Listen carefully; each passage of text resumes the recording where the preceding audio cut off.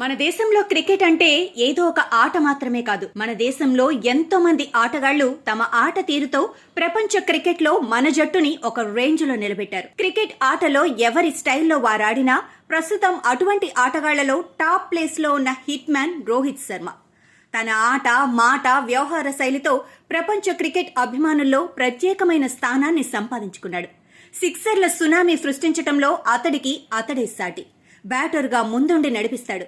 అవకాశం వచ్చిన ప్రతిసారి సారథిగా వెనకుండి ప్రోత్సహిస్తాడు. అతడే team India hit man Rohit Sharma. ప్రస్తుత తరంలోని గొప్ప క్రికెటర్లలో టీమిండియా కెప్టెన్ రోహిత్ శర్మ ఒకడు. వన్డేల్లో 3 డబుల్ సెంచరీలు చేసిన ఏకైక ఆటగాడిగా నిలిచిన రోహిత్ పేరిట బోలెడన్ని రికార్డులున్నాయి.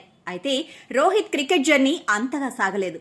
చిన్నప్పుడు ఆర్థిక పరంగా ఎన్నో కష్టాలు ఎదుర్కొన్నాడు. రోహిత్ చిన్నతనంలో క్రికెట్ కిట్ కొనుగోలు చేయడం కోసం పాల ప్యాకెట్లను ఇంటింటికి డెలివరీ చేసేవాడు.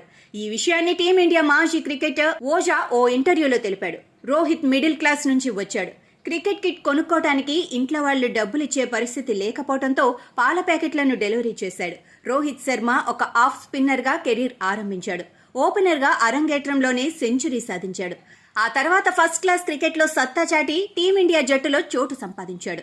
Rohit Sharma 2007 T20 world cup లో సౌత్ ఆఫ్రికాపై 50 పరుగులు చేసి టీమిండియా విజయంలో కీ రోల్ ప్లే చేశాడు. అప్పటి వరకు మిడిల్ ఆర్డర్ బ్యాటర్ గా మాత్రమే ఆడిన రోహిత్ శర్మ టాలెంట్ ను చూసిన మహేంద్ర సింగ్ ధోని అతన్ని ఓపెనర్ గా ప్రమోట్ చేశాడు. 2013 ఛాంపియన్స్ ట్రోఫీలో ఓపెనర్ గా ప్రమోట్ అయ్యాక రోహిత్ వెనుతిరిగి చూసుకోలేదు. భారత్ క్రికెట్ జట్టులో కీలక ఆటగాడిగా, వైస్ కెప్టెన్ గా, ఇప్పుడు కెప్టెన్ గా ఎదిగాడు.